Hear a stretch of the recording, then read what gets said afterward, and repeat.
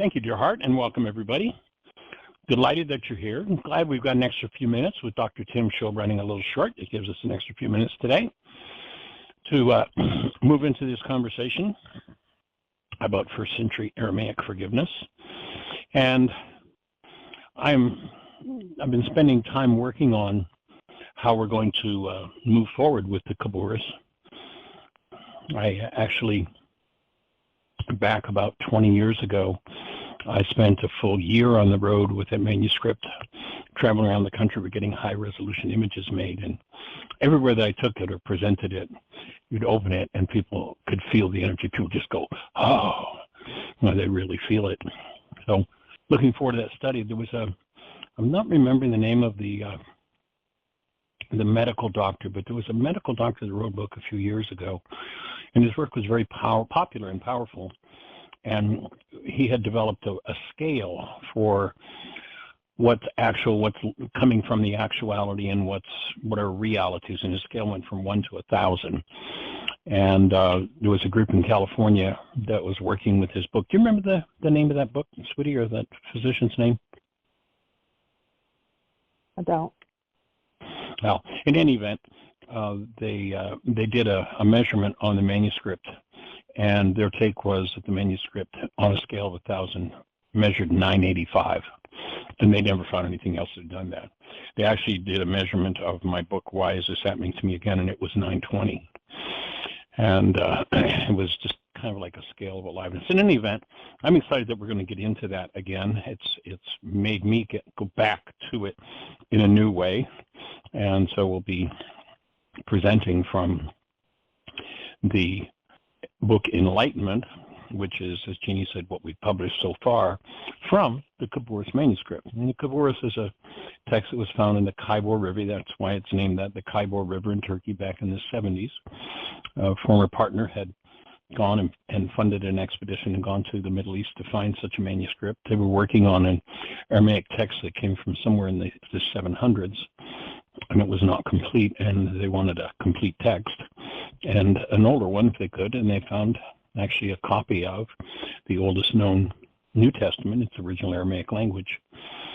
Someone had posted on my Facebook page a cartoon, and it was an old cartoon, but it was about a guy who died and went to heaven, and this guy's a real hipster. And the cartoon's about maybe 4 or 5 minutes long, and he just goes from one idiom to another, to another, to another, as he's, as the enlightened ones are standing there going, we don't know what you're talking about. When you're talking about being hip, is there something wrong with your hip? I mean, he just used all of the idioms that our culture uses, and of course, if you're not familiar with idioms, it makes no sense.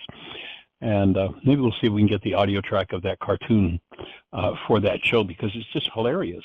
I mean, the cartoon character goes on for about 5 minutes about his life, and he's explaining it, and they don't understand anything because all he uses are idioms. And as I listen to that cartoon, it's like, that's about what the Greeks did with the Aramaic language. They made up all kinds of stories about what this must have meant, and nothing. There's so much that's missing, it's just mind-boggling. So that's what we're going to get into. So I'm excited about that. Beyond that, we're rolling up to a new year very quickly, and looking forward to how that study unfolds. I have no idea how long it's going to take. We spent a year on Why Is This Happening to Me Again. I suspect we'll easily spend a year in this Aramaic conversation, along with all the other processing that we do. So if you're out there in listener land and you've got a question for us, I know I got a message from someone that was going to call in today. So, Miss Jeannie, do we have anybody in the phone queue with a hand up, or anything happening in the chat room? Nobody has a hand up. Bob's in the chat room. That's our friend from Australia, and he said that he is actually in bed with the flu and a perforated eardrum. So we send loving energy, Ouch. Healing energy your way, Bob. Yes, for sure. Extending love in your direction. Do you by chance, sweetie, have the phone number? 619-309? No. I've got No? everybody Okay. tagged who is on there, recognized all the phone numbers, and they're not on yet. Well, Peter had texted me and said he had something he wanted to discuss, so I kind of expected he would be there, but obviously he's not there yet. So if you're out in listener land, the field's wide open, and we've got an hour to talk about it. So what's on your mind? What is your practice of forgiveness going to look like in the future? Is your life going to look like next year? Are you looking forward to next year out of anticipation, joy, and aliveness? Are you not looking forward to next year because there are some trauma situations in your life that perhaps need to be handled? And if so, that's what we're here to support. We're here to support stepping out of the perceptual world of shadows, of reflections of the past. You go back to Yeshua 2,000 years ago, he says, don't judge by appearances. What did he mean by appearances? Basically, what we call the human mind, the mind of man in the ancient teachings, does is it, like your computer, your computer has a database, and you can't get anything out of the database that isn't in the database. If you're hooked up to the internet, you can go to a larger database and get more information, but even then, you can't get something that isn't there. You can't get something out of your multi-generational database called the body-mind unit that isn't there, and you can't get anything other than what is there. And if you're getting something from your multi-generational database, the past, because if it's there, it's obviously from the past, then everything that the mind constructs as a reality, as a picture, which we paint on the inside of our eyeballs and think we're looking out in the world at something, everything that we look at is a reflection of the content of our minds. Literally, everything. There were two minds that they spoke of in the ancient scriptures to live in. One was the mind of man. And what is that? Well, if you look at this body-mind unit as an energy system and you recognize that everything that comes to it is an energy that's stored holographically in every cell in the structure, that stored information, when resonated into activity, the mind turns into literally the world you see, turns it into a visual image. Actually, it's an interesting line in the Course in Miracles where it says, perception is a skill made up by you to take the place of creation, to take the place of what was given to you in the actuality. So the mind has an interpretation for everything and is stored literally as an energy holographically in every cell in your structure, including the sperm and the egg. And were you to conceive a child tomorrow, that child would have in its structure every thought you've ever thought, every feeling you've ever felt, every energy you've ever engaged in. This multi-generational database is a repertoire, a repository, pardon me. Its repertoire is whatever's happened in the past, and it's a repository for everything that's gone on in the past. And so, depending what comes into the senses that stimulates that content, the mind has this amazing capacity. It turns thoughts, digital information, into pictures. Just like your TV set, you go in those wires, you can cut those wires apart, you can cut the tubes, you can cut the transistors, you can cut the capacitors, you can cut the resistors. You won't find one picture in there. You'll find information. And the TV has the ability to convert information into pictures. Your mind has the ability to turn information into pictures. If the information that you're turning into pictures in your mind is from the past, then everything is a replication of something that happened in the past, and therefore is an appearance. Where is this information stored? Well, if you took your body into what we call your body, into a lab and said, I want you to take this piece of this and I want you to break it down and tell me what its base elements are, they would tell you that the base element is carbon.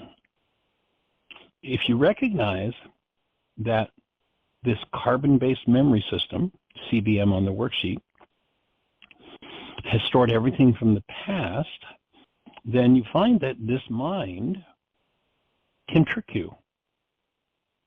if you look at a carbon atom, there are 6 electrons, 6 protons, and 6 neutrons. That's the mind of man, 666. It has a number. And it creates appearances from the past that do nothing but replicate the past. And if we're living in the past, if we're replicating the past, then obviously we're stuck in the past. You remember there was one particular fellow who ran into the work of Yeshua and said, wow, I like this. I'm gonna do this. I'm coming along. I'm gonna do this. But first of all, I need to go bury my mother and my father. That didn't mean that his mother and father died yesterday and he had to go bury them. That meant, or that was a reflection of, in that particular culture, a man was obligated, the oldest son was obligated to be with his parents until they died and then arrange their burial.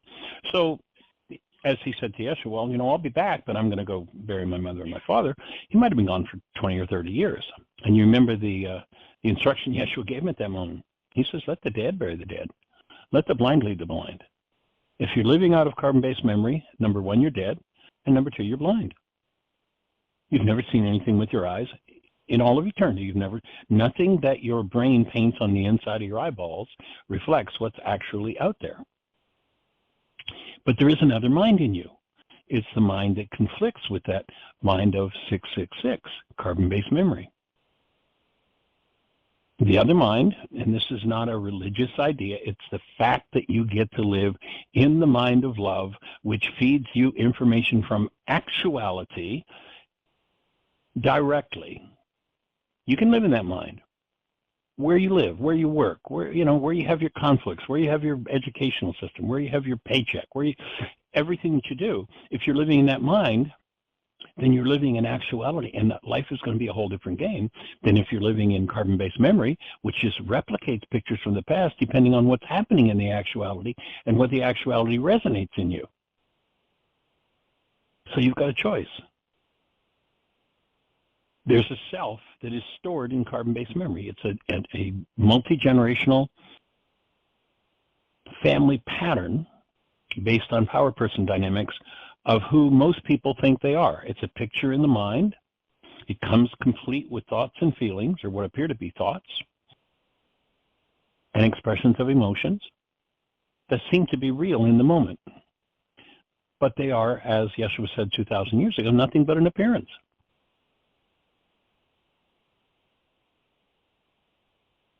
And what he said about the self that appears in that context is, in order for you, the true being that you are, to live, the non-being, the carbon-based memory picture of yourself has to die, has to go. So in order for you to live, you've got to die. That doesn't mean go put a bullet in your head, cancel that thought. It means you've got to dismantle the false self that's based on power person messages. How do you tell if there's a false self in you based in power person messages? You get to have realities based in hostility and fear. And you've said to yourself, why is this happening to me again?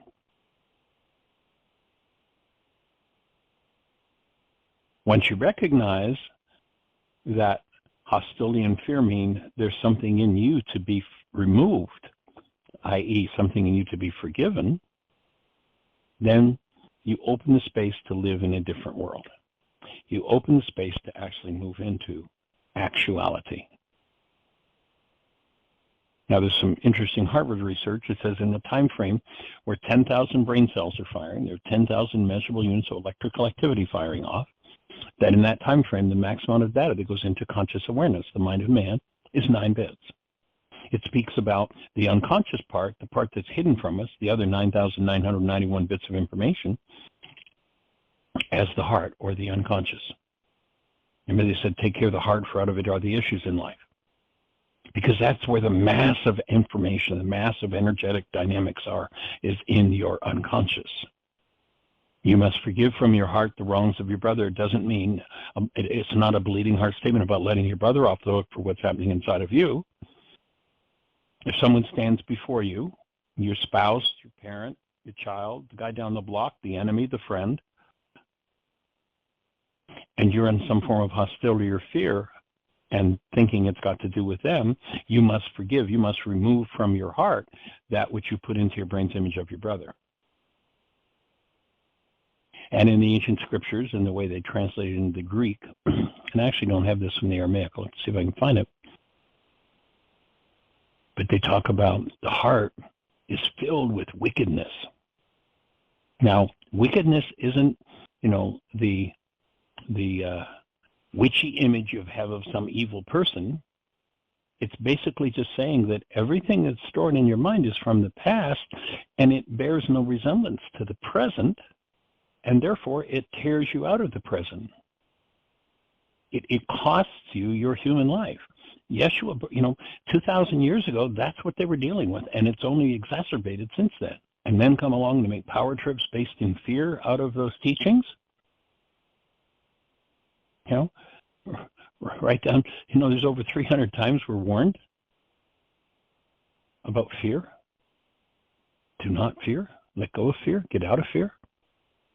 And yet there are those who have the audacity, based on those teachings, to say, excuse me, did you know that fear of God is the beginning? So fear of love is the beginning of wisdom. And my offering is that's the beginning of stupidity to even make such a statement. And it's the beginning of a doctrine and a dogma that locks people out of life and into fear. And if you lock people in fear, they're stupid. And they'll wonder why it is that this keeps happening to them over and over and over again. Because fear is an energy amplifier for what we're creating. Remember Job gave us that really powerful lesson, that which I feared most has come upon me, that which I dread is what has happened.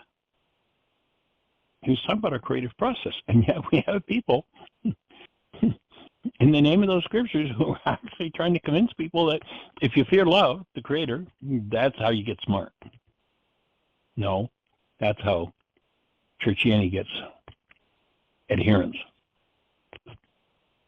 Anywhere that you find that fear and hostility game going on, you don't find the goal of reaching the actual presence of love. Many people within many churches are really truly about getting to the truth and getting to the direct experience of the presence of love. But unfortunately, the how-to has virtually been eradicated by the Greek translations that have taken over the ancient Aramaic words of Yeshua. So we're here to restore it. We've got a hand. Awesome. Well, let's say hello to the hand. I believe that it is Bob from Australia. Welcome, young man. Oh, welcome. We haven't heard your voice in a while. Sending love in your direction. Well, thanks. I could do with a bit at the moment. It's unfortunate. I don't know. It's unfortunate. It just is, isn't it? For me to call in what is a hard time in my life. I'm not sure where this conversation will go, but I'll just go with the flow. I'm sort of sitting here wondering, as creator, why I have created this scenario in my life. I recently had my doctors told me I might have bowel cancer and I might have prostate cancer. So, whoa, Mum and Dad both died of cancer, so that was a big bogey for me. And had some results from the colonoscopy, which was they found a few polyps, cut them out, no signs of cancer, so that was great. But there is something wrong with the prostate, and I've got to go for a biopsy in 3 or 4 weeks, and I'm not looking forward to that. It's a long drive and that cleansing routine, and now here I am. All I can do, I can barely get out of bed, and I've got a perforated eardrum, and I'm thinking, well, Bob, what's the lesson that I need? What's the lesson that I need to learn from this event that I've created in my life? Congratulations are in order, Bob. Congratulations are in order. I reckon it's like when I lost my home to Cyclone Debbie, the lesson I learned there was to totally let go of the attachment to things. So I learned that lesson and paid a fair price for it. I'm just not sure what the lesson is that I need to learn from this this scenario that I have created in my life. Well, here's my offering. You know, medicine, billions and billions of dollars has been spent trying to cure the common cold, like the common cold is a disease. But the common cold isn't a disease. That's why they will never cure it. It's a body saying, I'm ready to throw off the garbage. I'm ready to throw off the junk. So yeah, you're going to snot, you're going to poop, you're going to do all sorts of things, you're going to sweat. They're all eliminative functions accelerated, and the body's getting rid of what it doesn't want and doesn't need.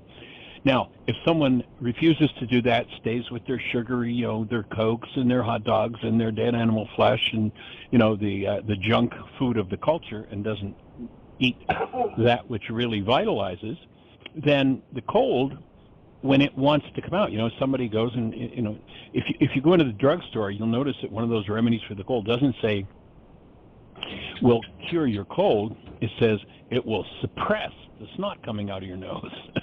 It'll shut it down, which means it's going to lock it in and frustrates the body trying to get it out. And the next stage of that is what they call the flu. So my take is, you know, and I know you've been really done a lot of work and you've been in willingness. My take is that your flu is your structure opening up, and it wouldn't surprise me if they get there and take a look at your prostate and go, oh, we can't find anything. Because what I hear you saying is your structure is handling some toxicity that you weren't able to handle before. So my input would be that you cooperate with it, you stand in willingness with the flu and go, okay, I'm glad, I'm ready for everything to open, I'm going to move to willingness. Get some nice fresh lemons, a little bit of cayenne, or as much cayenne pepper as you can take in lemon water, and a little bit of maple syrup. Drink as much as you can. That'll help to break the mucus that the body's trying to let go of. It'll help to break it up. You'll get through it faster, and it wouldn't be surprising to me if you went back to the tests that they did to you recently, where they said this, and this, that if you went back and had those tests done again, there's a whole other level of healing. Some of the stuff they found will have disappeared. So that'd be my offering. I wholeheartedly agree, Michael. It's like, for me, like Western medicine is just totally targeted on suppressing symptoms, you know, and whereas I honor my body, and my body is so much smarter than me, and it's always sending me messages, and I just have to listen and obey. So for me, the message I get from the flu is, Bob, you've been a naughty boy, you've been ingested all these toxins for the past year. Well, we're going to clean you out, and you're going to feel like crap for a few days, but at the end of it, you'll feel much better. And so for me, it's just a natural, it's a natural process of my amazing immune system, which is a gift of creation, you know, and yeah, so it's not very pleasant at the moment, but I can see my way through.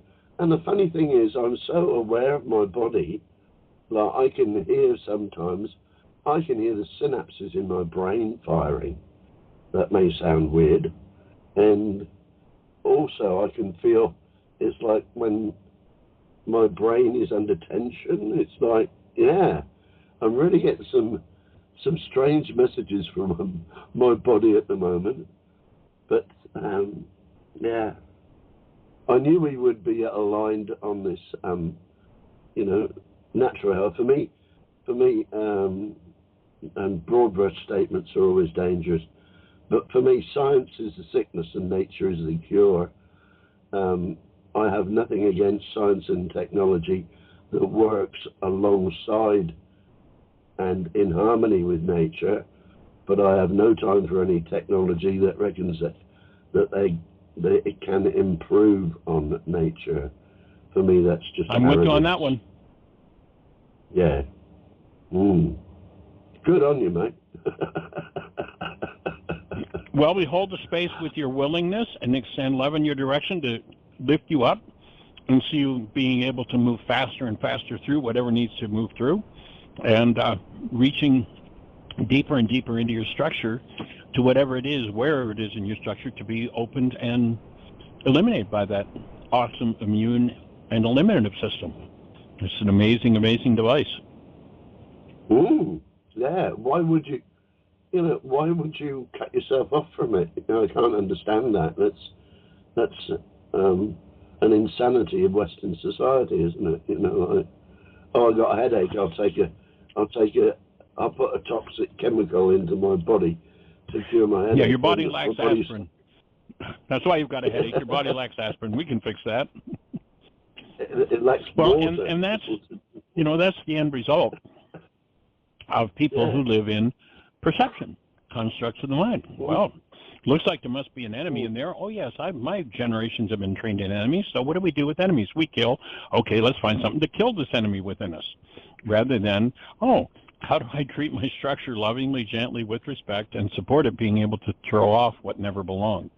It's just a whole different, it's a difference between drug medicine and the system of medicine I'm trained in is naturopathic. It's just the difference of night and day. So with you all the way, my friend. I'm already taking my baking soda and molasses. Keep yourself alkaline. Yeah. Oh, my darling, alkaline. Oh, my darling, oh, my darling. Oh, my darling, alkaline. Yes. That's it. And then those minerals in molasses are awesome. Yeah. Well, thanks. I feel much lighter now having shared, my lived experience, which is all that I ever have. So thank you very much. It's always comforting to know you guys are there. All right, my friend, we appreciate you and extend love in your direction and delighted when you join us. Have a blessed one, and with the new year coming up, make it the best one yet of your eternal life. Onward and upward. Yeah. Thank you. Wait, be blessed. Lots of love. Bye-bye. Hey, we have 35 Well, Ms. Jean, minutes. do we have anybody else in the phone queue with a hand up, or No, anything happening in the it's chat room? Quiet.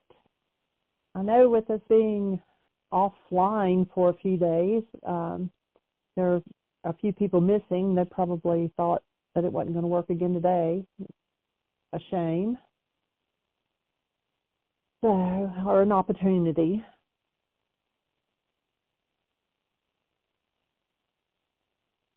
But we have 35 minutes. Press 1, ask your question. Anything on your mind for you to share, sweetie?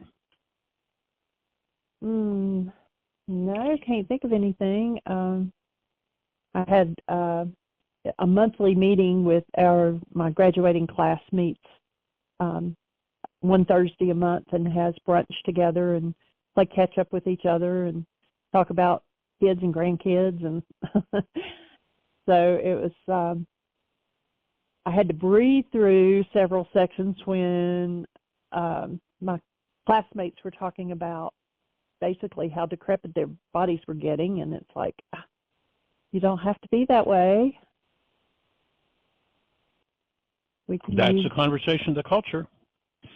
Yep. I was talking with someone this morning in a session about cymatics, and if you're not familiar with that term, you might just go on YouTube and type in the word cymatics, C-Y-M-A-T-I-C-S, and it's the science of understanding how frequency impacts form. And when you look at this idea, if you think of, like, for instance, they'll have an instrument of some sort. It might be a bell or whatever it is, and a pan with a sand on it. And when they activate this instrument, I mean, you just watch the different patterns that show up in the sand. I mean, literally, the structure just changes totally, and every time a certain frequency is hit, a certain structure reflects in the sand or the water. And when you listen to the ancient, what they thought were some old fogies that were pretty ignorant in the desert, and they said in the beginning was the mind energy, and the mind energy became flesh, and that the power of life and death is in your words. What do you suppose if you've got a cell that has a certain form and structure, and you impact it with the frequency of your voice, speaking it into the creation, what happens to the state of organization of your cellular structure? Well, words based in hostility and fear express cymatically, if that's a word, as disease, suffering, and death. And when we turn the game around, we turn the game around. And the whole idea of this work is, quite literally, to turn the game around, to turn us back toward, to set the mind into a different place so that the words we use, the frequencies that exude from our voice box that impact our own physiology first, are changed. And so that's what we're here to do, is to understand how that happens, and in particular, how to dig up ancient frequencies and remove the ones that never belonged. That is, to forgive. When you replace the word forgive with removal, you've got a much closer idea to the Aramaic forgiveness than the Greeks, who talk about how it's about me letting you off the hook for what's happening inside of me, for what I've created. So how do I delve inside of myself and remove the energetic patterns that never belonged within me as a human being? That's the process of forgiveness. Nothing whatsoever to do with letting other people off the hook, because there are traumatic expressions in your physiology as a result of your speaking and as a result of your thinking. I should say cycling information from the past, because what most people call thinking is nothing but cycling information from the past, and if most people said what they thought, they'd be speechless, because they're just living out of the replicate mind, playing out the past dynamics time after time after time. So if that resonates anything for you, I'd love to hear your voice. I'd love for you to put your cymatic device into your telephone and have it come out with us on the radio show. How can we support you? What's on your mind? Where is your work going?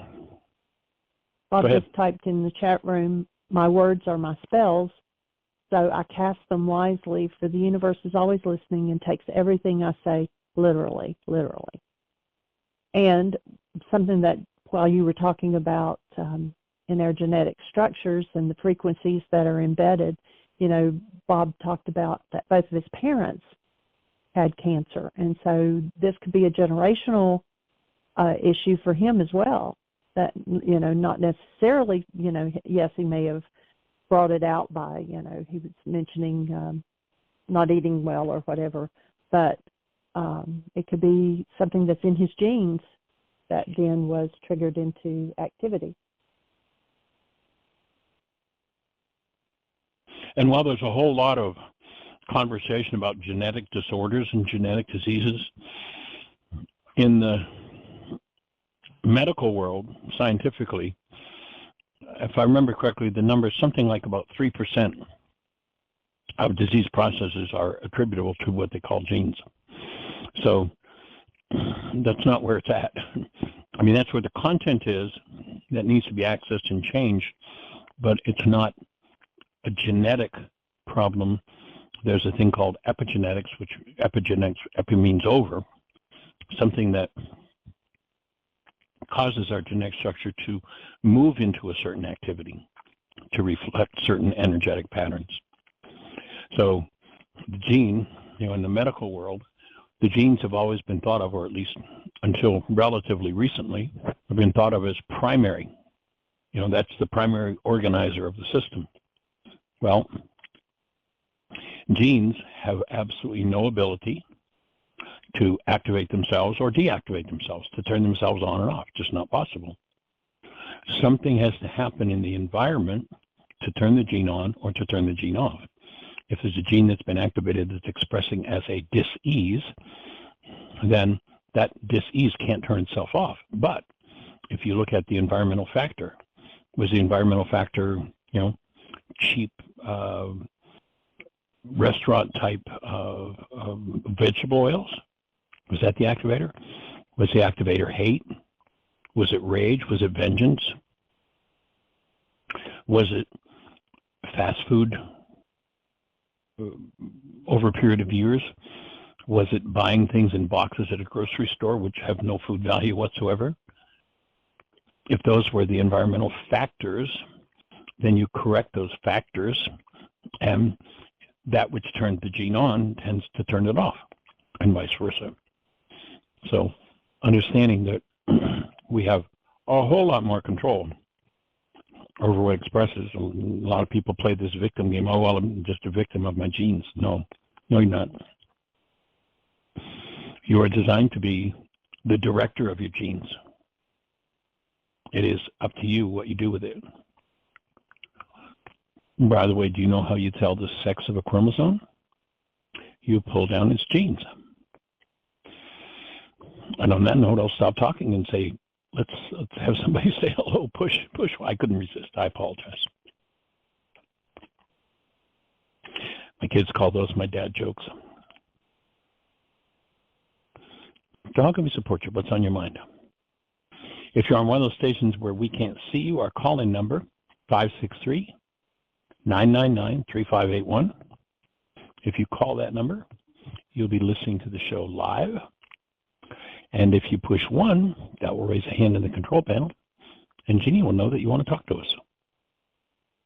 So what's on your mind? You were looking for Peter earlier? Yes. He is now with us. Well, hey there, young man. Welcome.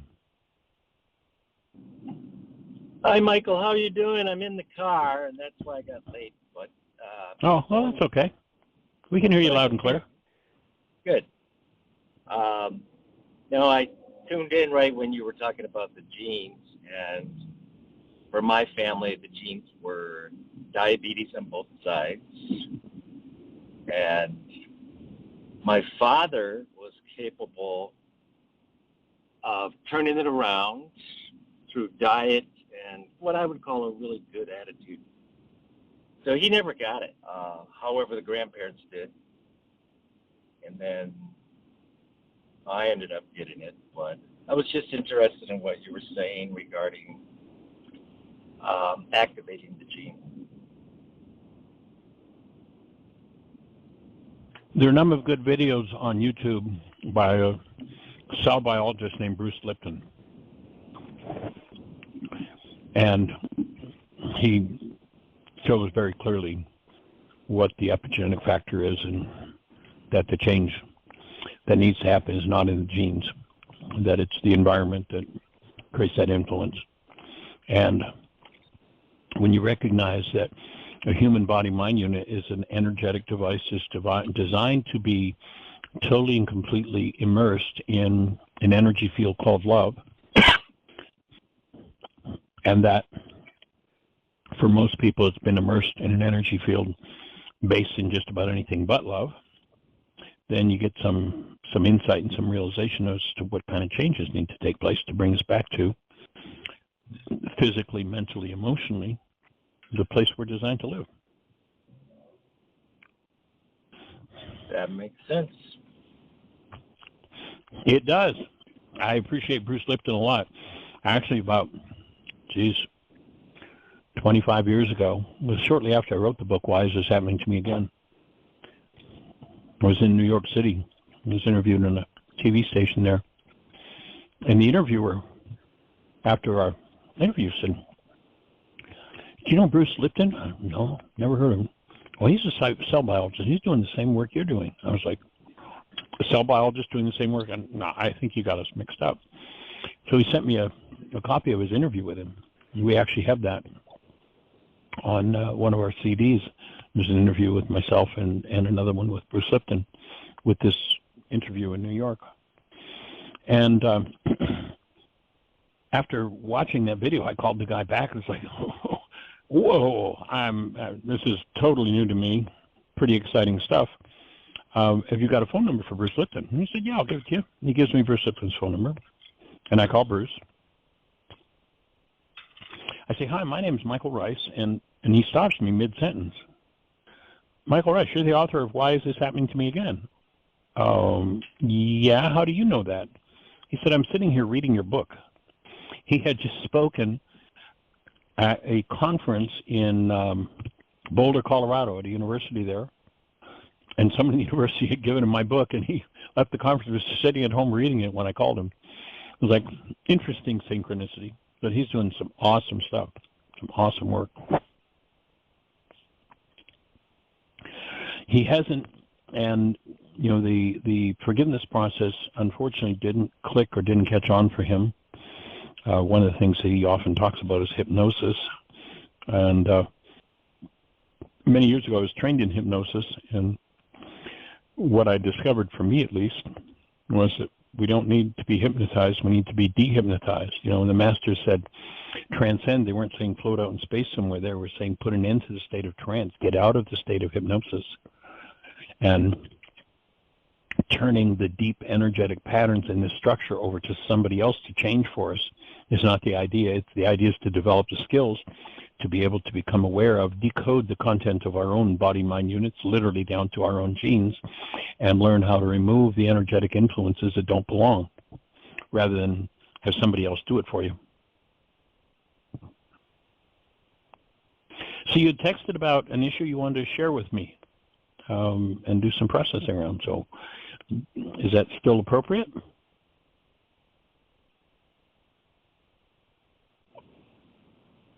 Are you still with us, Peter? Yeah, I'm here. Are you muted? Oh, there you go. Okay. I was muted. I know. I have that mute challenge every once in a while myself. Because the phone blacks out, and then I forget I pressed it. So I don't think I want to do it right now. That's cool. I'm trying to remember which one I asked you for. But I did somebody last week, cameraman at the marina, and I don't know why I started talking about you, but you might get a call from him. He was very interested in your work, which basically I'm sharing with everybody. And for other listeners that don't know,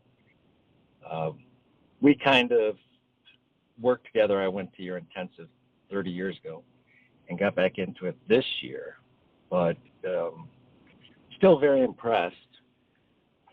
And through the years, I've met people on the plane. I was a pilot. I've met passengers, and I was carrying your book, and people would say, that book changed my son's life.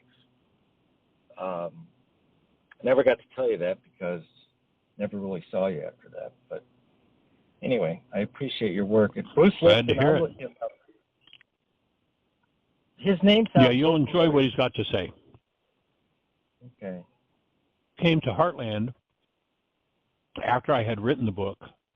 So it probably would have been after I had learned about Bruce Lipton and I started to sew some of his stuff in, because he's just, you know, coming from that cell biologist level. He was a med school professor, and finally got out of that field because there was no room for truth. It was had to be, you know, everything that fits with the brotherhood.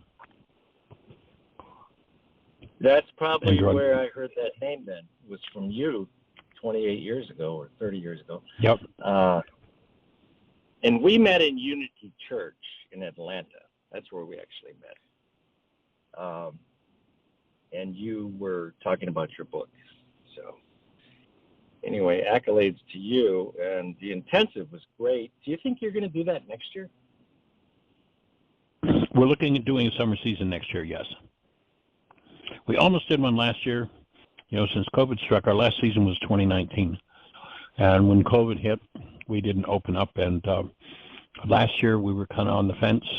And it's a lot of work to reopen the property.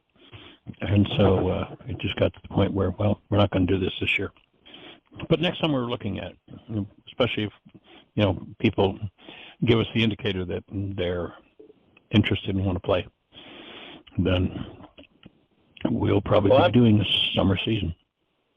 I will definitely come. That was the best. Well, then you're on the list.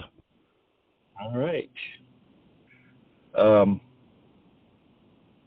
Oh, by the way, I'm next to my credit union. That was one of the areas I had to go to today because I want to pay for my still point breathing year. Yes, but if you would do that from a post office, not the credit union, because we can't do anything. The reason I asked for that is because our bank is way out in Missouri and we're in Tennessee, and so a credit union payment form doesn't do us any good here. We still have to send it to Missouri, and we've had some unfortunate experiences with the mail, so we try to stay away from that. So if you do that at the post office, that would be awesome. That's great. I tried last week, but there were too many people because of the holidays. So I hear that one. The credit union is just to get cash and then go over to the post office. So it should be available today. But awesome. But yeah, the still point breathing was exceptional. And I told you last meeting that the relationship with my son, like miraculously overnight, shifted. And is the same today. So sweet. Well, glad to be on the team. That's what we're here for. Okay. To bring that around. Yeah, Michael, I appreciate your work, and we're going to stay in touch. I have some commitments. I'm running around in this car. I actually pulled over so we could talk, but I might sign off early today. All right. But I'll go for it again tomorrow. All right. Have a blessed one. Lots of love. Thanks, Michael. Bye. All righty. Bye-bye. Well, Miss E, we're down to about 15 minutes. Let's go for it. This is Miss Linda, 541. You're on the air. Hello. Welcome, young lady. Merry Christmas. Happy New Year. Oh, thank you. I thought I'd rescue you, but then Peter rescued you. Anyway, you asked about go for it. What's on your mind? How I see the coming year. I'm really excited that you're going to do the Enlightenment book this coming year. I appreciate that very much.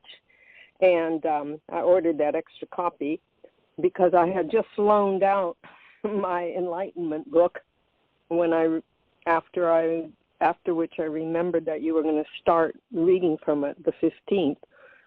And so that's why I hustled to get another copy, and I can loan that out rather than the one I have marked up already. And that went out in the mail today.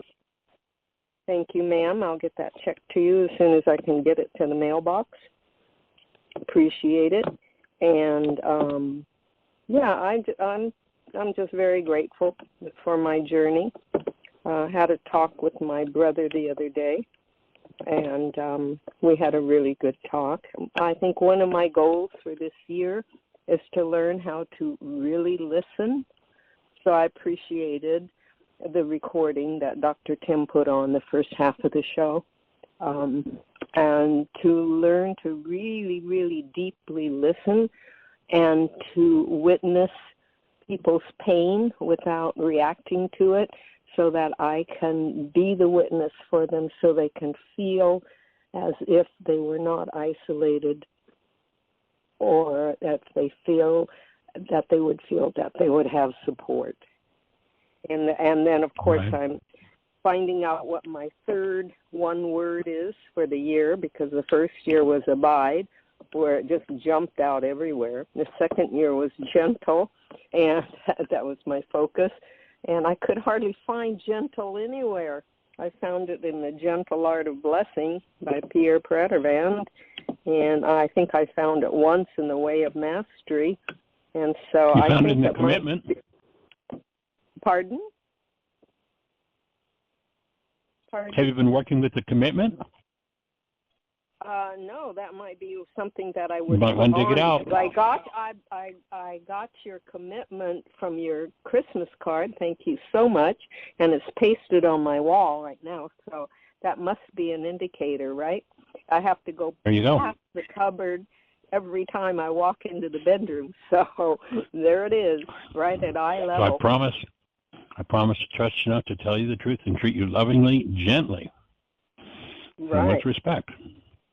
right. And That's you know, good. have you listened? You know, you did the personal code evaluation recently.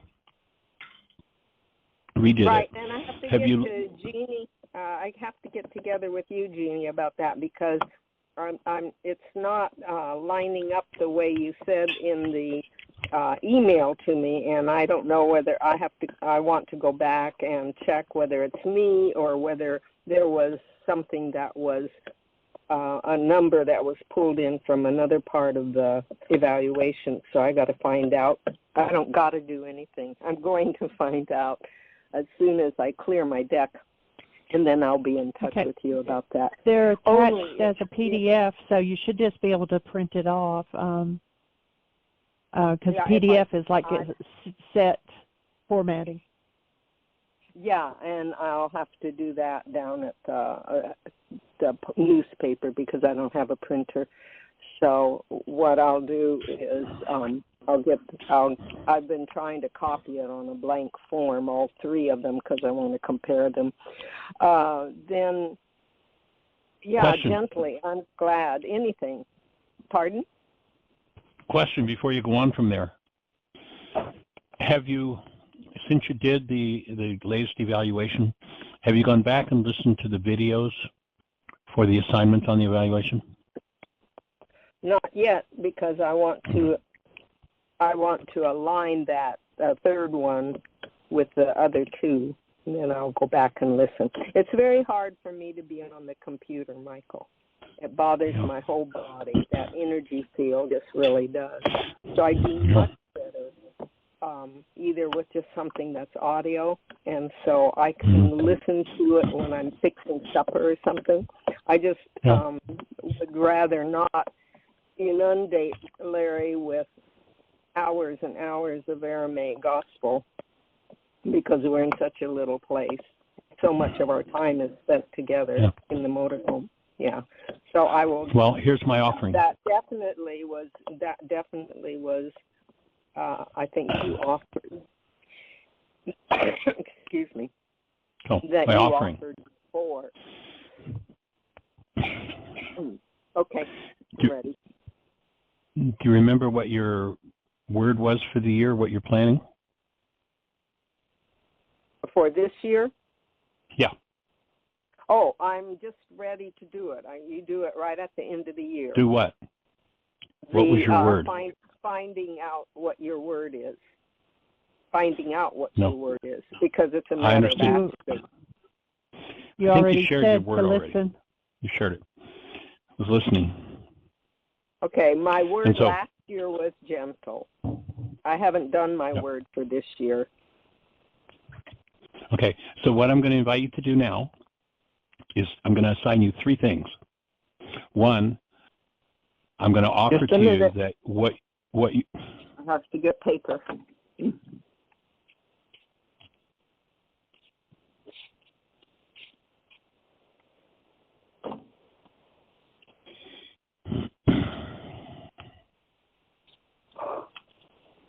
It's coming. Okay. So your first assignment will be to go back and listen to this conversation that we've had. Okay. That'd be my first offering. Okay. And what you'll notice when you hear it, if you listen carefully, is that you told us your word was listen. You already told us that. Oh. Okay. That's good to know. And then I'll invite you to notice. I'll invite you to notice that when someone's speaking, you always have a lot of words to say. And I'm inviting you to consider whether or not that might be a defense against listening.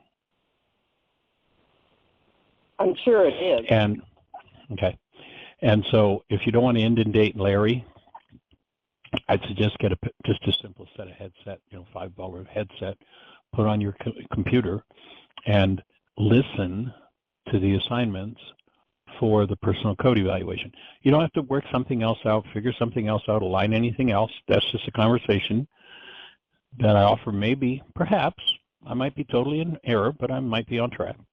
It might be just a way to keep yourself from having to listen. So I'm going to just invite you to listen to that. And what you'll notice is, and you know, your intuition is feeding you right on track here, because the first, your number one challenge on your personal code evaluation is honoring truth. And the number one assignment in honoring truth is to listen and receive information as offered. And what I notice is that usually when you receive information, and I'll just, the reason why I'm asking you to go back and listen to our conversation so far is you'll notice that you filled the space with a lot of words. And I think you might catch yourself that that's one of your defenses against the truth, and it's one of your defenses against listening. And the number one assignment is to listen and just receive information rather than, oh, now I'm going to fill the space with a whole conversation about why something else has to take the place, or that it's got to be different, or I know better, or this is right, or that's right. It's just, it doesn't say do anything, it doesn't say accept it, but the number one assignment for your number one challenge is to just listen and receive information as offered. And notice how your mind wants to spit out when you hear something. Your mind wants to spit out something to fill the space. And that's not part of listening. So the assignment on that particular challenge is dual. To listen and receive the information. If I instantly go into a conversation when I'm fed something, what usually I'll do is I heard the words, but I'm not going to let them in because I'm going to fill the space with this. And so if that's accurate, that'll be a big step forward in your process and your healing. It'll be major, mega. And check it out, see what happens. In the meantime, we'll be holding the space. Did you say there was a third one? I'm writing this down. Well, the first one was to listen to this conversation again in the archive. Okay. The second was to listen to the videos on the personal code evaluation feedback, and in particular, pay attention to your number one challenge. And the third one is to just notice how your mind instantly, your carbon-based memory, instantly wants to spit things back when you're offered something. Okay, so number one is to, oh, I'm sorry, go ahead. Number one is just listen to today's conversation. Okay, and number two is to listen to the PCE feedback. Feedback video, yeah. And number three is notice what your carbon-based memory does and how it tends, when you're given a piece of information, to spit something into the space. And I'm offering that you just observe and see if it's true. If it's not true, throw it out. But if it's true, what I see, what I have heard oftentimes over the years in speaking with you, is that when you're offered something, your mind often just fills the space, and that's the way to avoid. That's the way to avoid receiving. And the assignment for your number one challenge is listen and receive, as opposed to just, well, hear the words. But hearing the words, I mean, they call it listening, but it doesn't really let the information in. And if my mind instantly spits back something, I can bat that information away. Well, yeah, I heard the word, but I bat the information away with my speaking. And so take the time to actually receive information when it's offered, and receive it without editing it, without changing it, without fixing it, without knowing you've got something better, but just actually being with what the information is. Receive it as offered. And you'll notice when you look at the feedback sheet in the video, they were done, you know, this was done 30 years ago, before we ever knew you. It was not made just for you. It's just the way the mind works. It's what the mind does. And so if you do those three things, I think you're going to see another whole major upgrade in your process.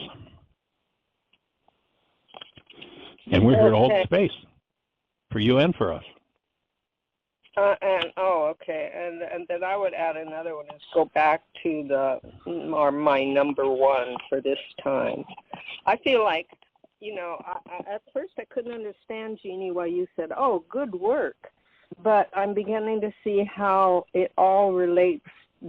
All of the sections relate to each other, and how when one changes, how they all change, because the dynamics is that once we change one thing, or once we uncover one thing, then it shifts everything else, because everything else is connected. And if you look back, besides, that your top challenges, how much you went up in each section. Yes, everybody has a 1, 2, 3, 4 top challenge, but look how many of them, you went down in one, but you went up 27 points in one, you went up 11 points in one, 17 points in one, 28 points in one. That's why I said good work. I mean, you increased from the previous scoring. So that's why I said great work. Except in one arena. And that was honoring truth.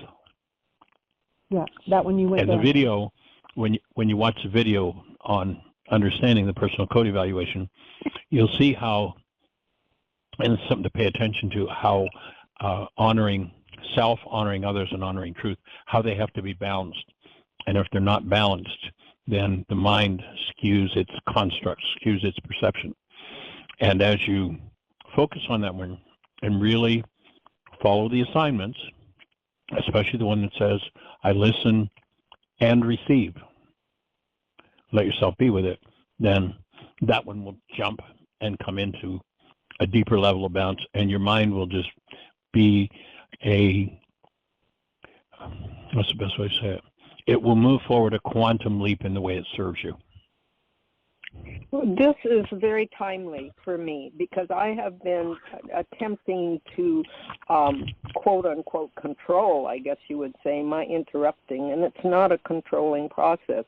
It has to be about awakening. And it's been like little steps.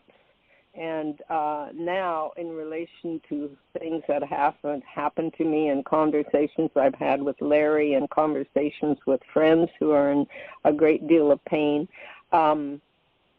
it's all coming together with what you put out today, is how I don't make space for myself and others. And also from Dr. Tim's recording about the sense of validation that we get when we really feel heard. And so I was, I feel like I'm right. There's the key. There's the key. My offering would be, and you just said the key word, is your major motivation is I want to be heard.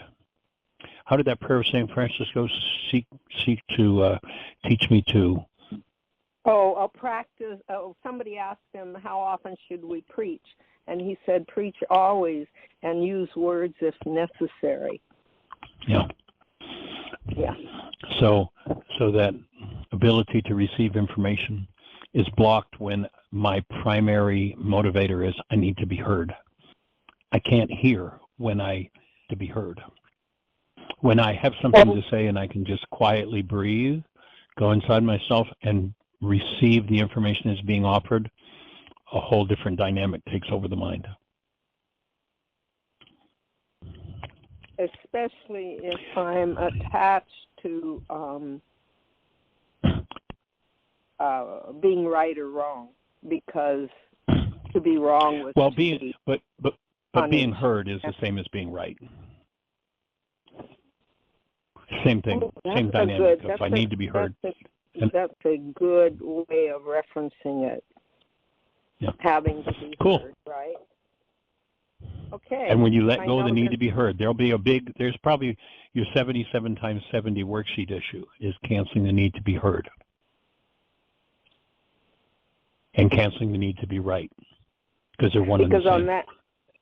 Because on that, I can just see where a whole bunch of my issues are cascading from, like having the feeling I have to defend myself, et cetera, et cetera. Yeah. Yep. That's it. Very good. So it'll be fun. It'll be fun when you get to listen to that assignment on honoring truth. That'll be monumental for you. Michael, and yes, and Jeannie's right on. The scores, some of the changes and scores you got are fabulous. You know, you're obviously doing your work and you're on track. So nice work. This is a nice forgiveness process that you've offered me right here. Thank you. All right, young lady. Well, the show is over officially. Thanks for being here, and everybody, create the best year yet of your eternal life. It's an awesome gift to give the world. And thank you, Celinda, and blessings. Bye-bye.